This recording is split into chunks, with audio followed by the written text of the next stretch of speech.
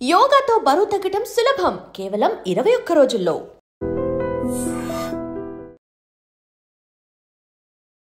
నమస్తే, welcome to I dream talking point with కవిత.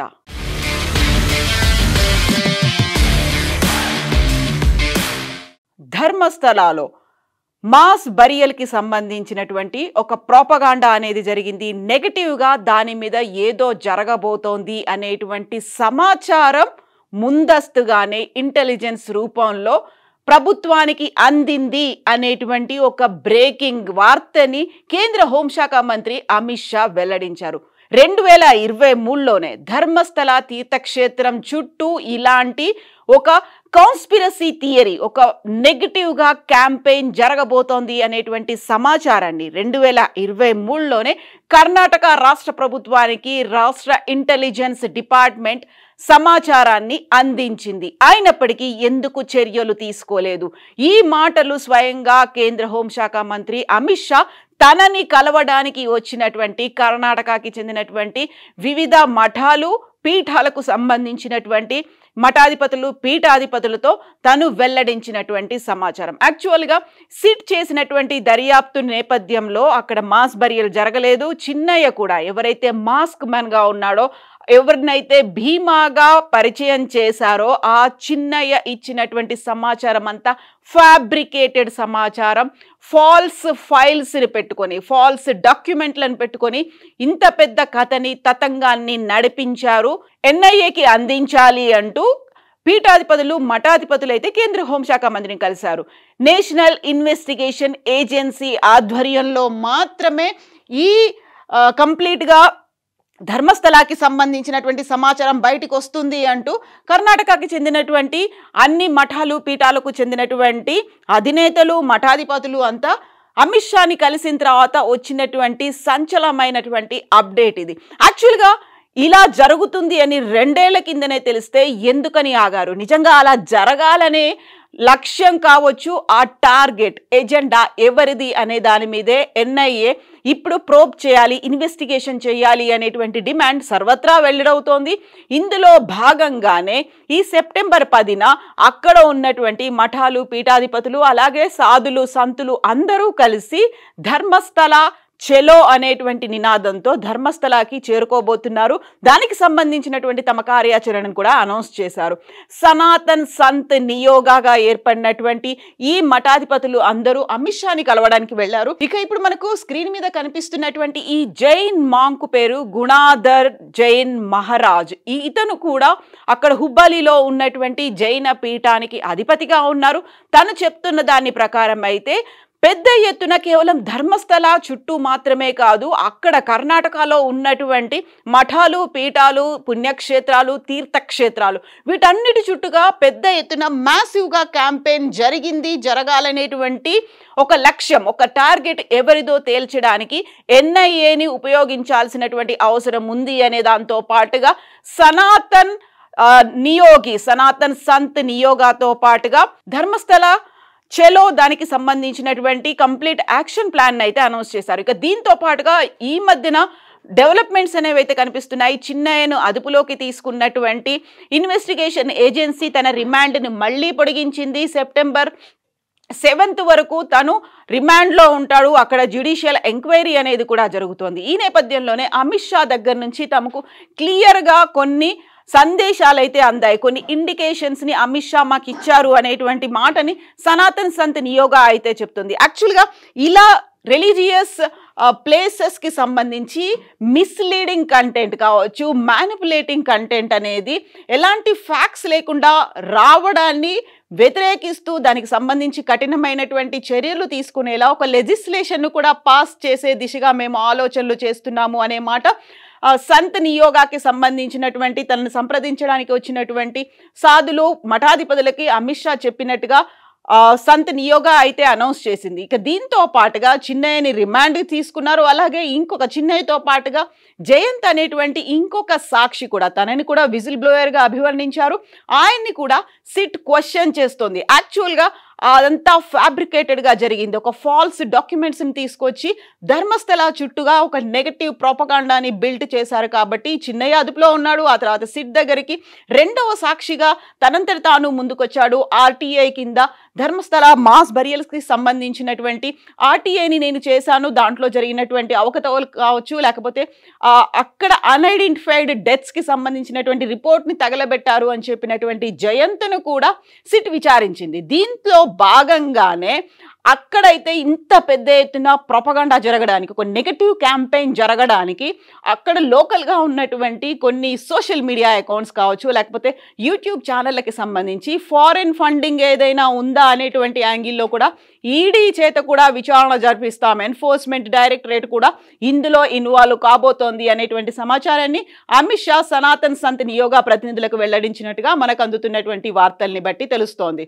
ఇక arrest చేసినటువంటి యూట్యూబర్ ఎండి సమీర్కి అయితే ఇప్పుడు బెయిల్ మీద విడుదలై బయటకు వచ్చినప్పటికీ తన ఇంటి మీద సిట్ పోలీసులు అయితే రైడ్ చేశారు. ఆయన ఉపయోగించినటువంటి మొబైల్ ఫోన్తో పాటుగా తన యూట్యూబ్ ఛానల్ దూతాకి సంబంధించి ధర్మస్థల తీర్థక్షేత్ర ట్రస్ట్లో అక్కడ మాస్ బరియల్ జరిగింది అనేటువంటి విపరీతమైనటువంటి వందలు వేల సంఖ్యలో పుర్రెలు, అక్కడ ఉన్నటువంటి స్కెల్టన్స్, వీటన్నిటిని ఏఐతో చిత్రీకరించి యూట్యూబ్లో అప్లోడ్ చేశాడు, తన దూతా ఛానల్లో అప్లోడ్ చేశాడని చెప్పి ఆయన ఇంటి మీద కూడా పోలీసులు రైడ్ చేశారు. ఫోన్తో పాటుగా ల్యాప్టాప్ని కూడా సీజ్ చేశారు. ఇక ఇంకొక యూట్యూబర్ అభిషేక్ ఉన్నాడు. అభిషేక్ని కూడా పోలీసులు క్వశ్చన్ చేస్తున్నారు. తమ ఇంట్రాగేషన్కి హాజరవ్వమని ఆయనకు కూడా నోటీసులు ఇచ్చారు. దానికి ప్రధాన కారణం చిన్నయ్యని ఇంటర్వ్యూ చేయడంతో పాటుగా తన కూతురు అనన్య భట్ మిస్ అయింది అని పెద్ద ఎత్తున క్యాంపెయిన్ చేసి మీడియాకి ఇంటర్వ్యూలు ఇచ్చినటువంటి సుజాత భట్ని ఇంటర్వ్యూ చేశాడు అనే కారణంతో అభిషేక్ను కూడా ఎంక్వైరీ ముందు హాజరవ్వమని పోలీసులు అయితే ఆయన్ని సిట్ ముందు హాజరవ్వమని చెప్పారు. ఇక దీంతో పాటుగా ఇంకా ఇంకొక డెవలప్మెంట్ గురించి మాట్లాడుకుంటే అక్కడ ఉన్నటువంటి మహిళలు చిన్నయ్యకి అండగా ఉండి బెల్తంగడి పోలీస్ స్టేషన్కి ఒక పుర్రెతో సహా వచ్చి కంప్లైంట్ చేయడానికి వచ్చినటువంటి అడ్వకేట్ల మీద కూడా ధర్మస్థలాలో ఉన్నటువంటి విలేజర్స్ కంప్లైంట్ ఫైల్ చేశారు. తమ ఊరుని, తమ పేరుకి, అలాగే తమ ధర్మస్థల తీర్థక్షేత్రానికి సంబంధించి ఒక చెడ్డ పేరు తీసుకురావడంలో సహాయపడ్డారు. ఈ అడ్వకేట్ల వల్లే ధర్మస్థలాన్ని దేశవ్యాప్తంగా కాదు ప్రపంచమంతా ఒక నెగటివ్ యాంగిల్లో చూసింది, నెగటివ్ ఇమేజ్ పోర్ట్రే అయింది అనే ఉద్దేశంతో అడ్వకేట్ల మీద కూడా అక్కడ ఉన్నటువంటి విలేజర్లు కేసులు పెట్టారు. దీంతో పాటుగా అక్కడున్నటువంటి మహిళా సంఘాలు సోనియా గాంధీకి లెటర్ రాశారు. మీరు ఇంటర్వ్యూన్ అవ్వాల్సినటువంటి అవసరం ఉంది, సిట్ ఏమీ తేల్చలేదు, ఎన్ఐఏ వస్తుందో రాదో తెలియదు. దెన్ వాట్ అబౌట్ అక్కడ జరిగినటువంటి మిస్సింగ్ కేసులు? అక్కడ సుజాత కంప్లైంట్ అనేది ఒకటి ఉంది, అంతకుముందు 79లో జరిగినటువంటి వేదవల్లి మిస్సింగ్ కేసు ఉంది, పద్మలత మిస్సింగ్ కేసులు. ఈ 3 కేసులకి సంబంధించి ఇప్పటిదాకా అయితే ఏం జరగలేదు. బెల్తంగడిలో ఏం జరుగుతోందో మాకు తెలియదు, మీరు ఇంటర్వ్యూన్ అవ్వాల్సినటువంటి అవసరం ఉంది అంటూ మహిళా సంఘాలు సోనియా గాంధీకి కూడా లెటర్ రాశాయి. ఇవన్నీ డెవలప్మెంట్స్ ఉన్నప్పటికీ కూడా 2023లోనే ధర్మస్థల చుట్టూ ఒక కాన్స్పిరసీ థియరీ అనేది జరగబోతోంది, ఏదో జరుగుతోంది, ఒక మాస్గా ఒక క్యాంపెయిన్ అనేది స్టార్ట్ కాబోతోంది అని ఇంటెలిజెన్స్కి రిపోర్ట్ ఉన్నప్పుడు ఎందుకని దాన్ని బయటికి తీసుకురాలేదు? బయటికి ముందే కనుక జాగ్రత్త పడి ఉంటే ఇలాంటి ఇష్యూ జరగకపోయేది కదా అనేటువంటి ఇప్పుడు వార్తలు, అనాలిసిస్లు కూడా వినిపిస్తున్నాయి. యాక్చువల్గా ఈ కుట్ర కోణం వెనుక ఉన్నదెవరు? అక్కడ ఉన్నటువంటి మఠాలు ఉన్నాయా, లేకుంటే కులాలు ఉన్నాయా, లేకపోతే మతాలకి అతీతంగా రిలీజియస్గా ఉన్నటువంటి సెంటిమెంట్స్ని హర్ట్ చేయాలనేటువంటి ఫారిన్ ఫండ్స్ ఏమైనా వీళ్ళకి అందాయా? ఒకవైపు సిబిఐ ఉంది, ఆ తర్వాత ఈడీ ఎంటర్ అవ్వబోతోంది, దీంతో పాటుగా సిట్ దర్యాప్తు జరుగుతోంది, అండ్ నేషనల్ ఇన్వెస్టిగేషన్ ఏజెన్సీని కూడా ఎంటర్ అవ్వాల్సినటువంటి అవసరం ఉంది అనేటువంటి డిమాండ్లు కూడా విపరీతంగా పెరుగుతున్నాయి. సో సనాతన్ సంత్ నియోగా కేవలం అమిత్ షాని మాత్రమే కలవలేదు, అక్కడ ప్రహ్లాద్ జోషి కేంద్ర మంత్రిని కూడా కలిశారు. At the same time BJP leader BL సంతోష్ను కూడా కలిశారు. ఒక మత కేంద్రంగా జరగడమే కాదు, అక్కడ ఉన్నటువంటి రిలీజియస్ సెంటిమెంట్స్ని హర్ట్ చేయడంతో పాటుగా ఒక బ్యాడ్ ప్రోపగండా అనేది ఆల్మోస్ట్ 2 నెలల పాటు కొనసాగేలా చేసిన ఈ సంఘటన వెనకాల ఉన్నటువంటి వ్యక్తులు ఎవరు, వాళ్ళ ఎజెండా ఏంటి? టార్గెట్ని అయితే వాళ్ళు అచీవ్ చేస్తాము అనే ఉద్దేశంలో భాగంగా బెల్తంగడి పోలీస్ స్టేషన్కి అయితే వచ్చారు. పుర్రెల్ని తీసుకొచ్చారు.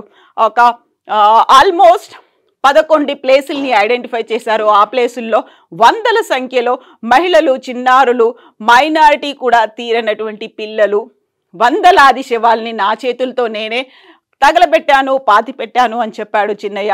అందరి మీద అఘాయిత్యాలు, అత్యాచారాలు జరిగినటువంటి ఆనవాళ్లు ఉన్నాయి. చాలా మందికి ఒంటి మీద దుస్తులు లేవు, కొంతమందికి తలలు తెగిపోయాయి, కొంతమందికి ఇతర శరీర భాగాలు తెగిపోయాయని చిన్నయ్య చెప్పడం వెనకాల కూడా ఫాల్స్ డాక్యుమెంట్స్ అనేవి ఉన్నాయి. ఈ ఫాల్స్ డాక్యుమెంట్స్ని ఎవరు సృష్టించారు? దీంతో పాటుగా రైట్ టు ఇన్ఫర్మేషన్ యాక్ట్ కింద అప్పుడు సిట్లో భాగంగా ఉన్నటువంటి ఒక పోలీస్ అధికారి అన్ఐడెంటిఫైడ్ డెత్స్కి సంబంధించినటువంటి రిజిస్టర్ని కూడా తగలబెట్టాడు. ఇలాంటి సమాచారాన్ని ఎందుకని స్ప్రెడ్ చేశారు? వీటన్నిటికీ సంబంధించి ఎన్ఐఏ అయితే రంగంలోకి దిగాలి, బరిలోకి దిగితే తప్ప ఈ కంప్లీట్ జరిగినటువంటి ఒక ప్రొపగాండా, ఫాల్స్ నరేషన్కి సంబంధించి ఒక సొల్యూషన్ కావచ్చు, ఒక ఫైండ్ అవుట్ అనేది వస్తుంది అనేది అయితే అక్కడ ఉన్నటువంటి మఠాధిపతులు చెప్తున్నారు, అక్కడ ఉన్నటువంటి స్థానికులు కూడా చెప్తున్నారు. రాజకీయాలకు అతీతంగా జరగాల్సినటువంటి ఇన్వెస్టిగేషన్గా దీన్ని అయితే అభివర్ణిస్తున్నారు. మరి 2023లోనే ఇంటెలిజెన్స్ ఐడెంటిఫై చేస్తే 2 ఏళ్ల పాటు దాన్ని ఎందుకు తొక్కిపెట్టారు? ఇలా ఒక మాస్గా క్యాంపెయిన్ జరగకుండా ఎందుకని అడ్డుకోలేకపోయారు? దీని వెనకాల రాజకీయాలున్నాయా? డబ్బు, పలుకుబడి, అధికారం ఉందా? లేకపోతే కులాలు, మతాలు కూడా ఉన్నాయా? మీరేమనుకుంటున్నారో కామెంట్స్ రూపంలో తెలియచేయండి. నిజంగా ప్రస్తుతం ఉన్నటువంటి సమాజం దేనికి ప్రయారిటీ ఇస్తుంది? ఆర్థిక సంబంధాల చుట్టూ మాత్రమే తిరుగుతుంది. మళ్ళీ ఎన్నికలంగానే చాలా విరక్తి కలుగుతాను. మంచి అనిపిస్తుంది కదా, లేడీస్ కూడా ఛాలెంజింగ్ జాబ్స్ చేసినప్పుడు చాలా బాగుంటది. ట్రాఫిక్ అసిస్టెంట్స్ గా నియమించిన ట్రాన్స్జెండర్స్ అందరితో సాల్యూట్ చేయించుకుంటున్నారు. ఫుడ్ డెలివరీ ఇవ్వటానికి వెళ్ళినటువంటి డెలివరీ బాయ్ అనిల్ పై కళ్ళ ముందు